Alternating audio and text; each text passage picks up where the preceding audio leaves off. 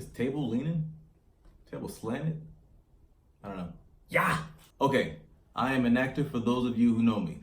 That is what I do out here in LA, Los Angeles. Part of being an actor is going to see new films, along other things like reading different plays, taking classes just to stay sharp. With that being said, I went today and I saw Annabelle. The doll, it's a beacon for other spirits.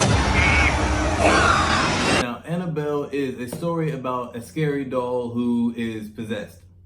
That's pretty much it. Very similar to Chucky, but to me, Chucky was a little bit more scary. I don't know why. I don't know why. So Annabelle is based on a complete true story with Ed and Lorraine, who end up with the doll. Before we jump into this, I'm gonna start with some facts and some fiction about Annabelle the doll. Annabelle is a Raggedy Ann doll. That is true. Number 2, Annabelle killed people. That is false. Annabelle never killed anyone that we know of. Annabelle now is locked in a glass case at the old Ed and Lorraine house or whatever it is. That is true. Number 4, Annabelle can walk, giving her the ability to do the stanky leg. That is false. And the last one, Annabelle has a weed strand, a marijuana strand named after her. That, I'm going to say I don't know. But if I happen to come across this weed strand and hypothetically I took a drag of it, I would be prone to say that it is spectacular bud. But that is only if I have come across it. So, yeah. Now, let's jump into the story. The story goes, Annabelle was given to a 20-year-old nursing student by her mother. Why your mother would give you a doll and you're 28 years old, I don't understand that. Hey mom, can you pay my light bill? I think that'd be a better gift than a Raggedy Ann doll. But what do I know? Donna was the name of the daughter, would share the apartment with her roommate whose name was Angie. Donna and Angie would leave the house, and when they would come back, certain things would be missing. Annabelle would be all over the house. I mean, when they leave, she's all around running amok, doing what she wants to do. That's red flag number 1. You know what? We're gonna do a tally of every red flag to show how stupid people are. Red flag number 1. When you leave the house, when you come back, she's all over the place. You left her on the couch. When you come back, she's sitting in the microwave. You know, you left her by the sink. When you come back, she's hanging from the chandelier. You know, I mean, what is that? What else has to happen in order for you to know that there's something going on? That's red flag number 1. So after this, one of their good friends, I think it was Donna's boyfriend, his name was Lou. Lou comes about and says, you know what? There's something wrong with this doll. I don't feel too comfortable about it. That's red flag number 2. This is why that is a red flag. Anytime someone comes over your house and doesn't feel comfortable about a doll baby, then come on, man. You gotta take that into consideration. Now, obviously, they're friends, so you know that Lou's not some Joe Schmo just walking around saying, you know, things he doesn't like, whatever. He doesn't feel good over things that he doesn't like. He doesn't just walk in and like, oh, I don't like that ladle you got right there. You need to get rid of it. He doesn't walk in and say, oh, that blender? Nah, something's wrong with it. I don't think Lou's that type of guy who's doing that. That's why that's another red flag. Also, when they would come back home, they would find little notes of paper. First of all, this is a double red flag.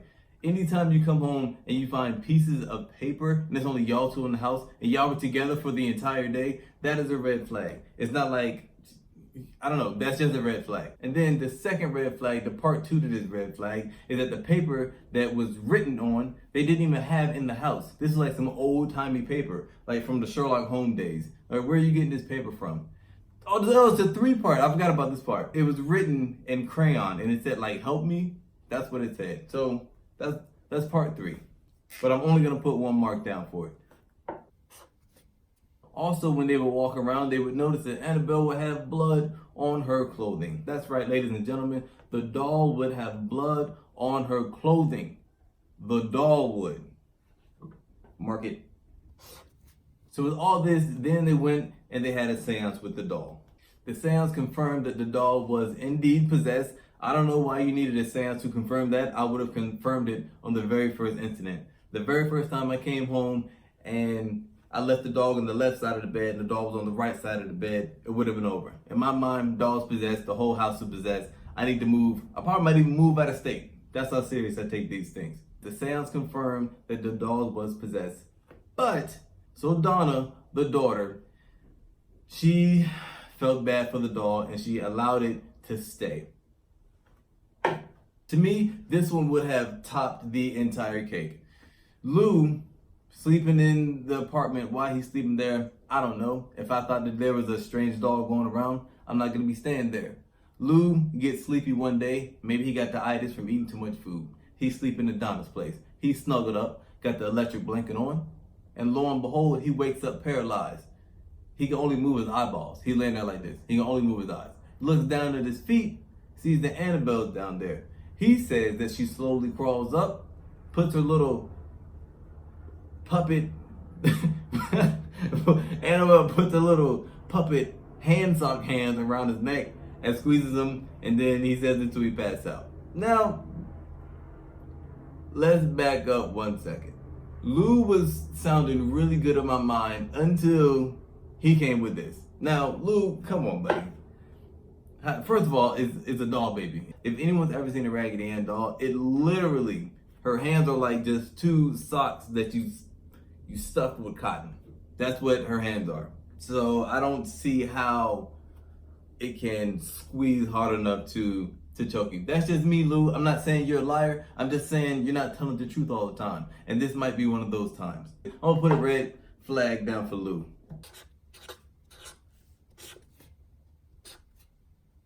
Lou was also scratched and clawed. Now, he said when he was scratched that he had blood all through his shirt. No one has any accounts of where the shirt is. But he also said that the scratches disappeared after a matter of days. Now, I'm saying, if I'm the demon and I scratch you, I want them scratches to stay there, son. I want you to know I did that, son.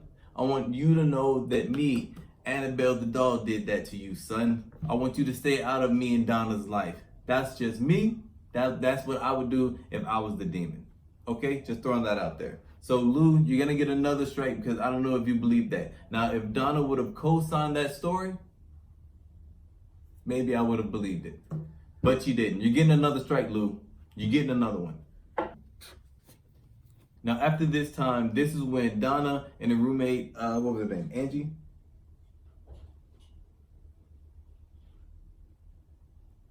Now, after this time, this is when Donna and Angie decided to call a priest. The priest got in contact with Ed and Lorraine Warren.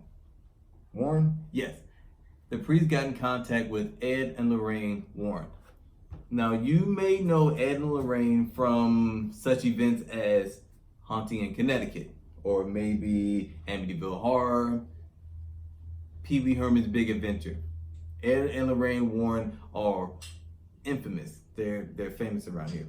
Ed and Lorraine confirmed that if this demon would have been lurking around here, milling about the apartment for a few more weeks, then a full infestation of this demon would have been in their lives, and he probably would have taken over one of their souls.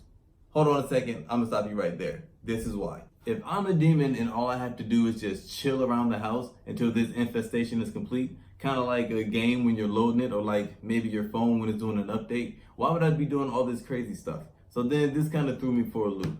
I'm just gonna wait my little month, 2.5 months or whatever like that, and then just naturally take over. I'm not gonna be running around making myself look suspicious. I'm just gonna be chilling in the cut. Now when they leave, granted, I probably might get up, walk around a little bit, stretch my little doll legs, but then when I hear the keys in the door, jing-a-ling-a-ling, jing-a-ling-a-ling, I'm gonna hurry up and run, get back in my spot, act like I wasn't even doing nothing. I'm gonna hurry up and run,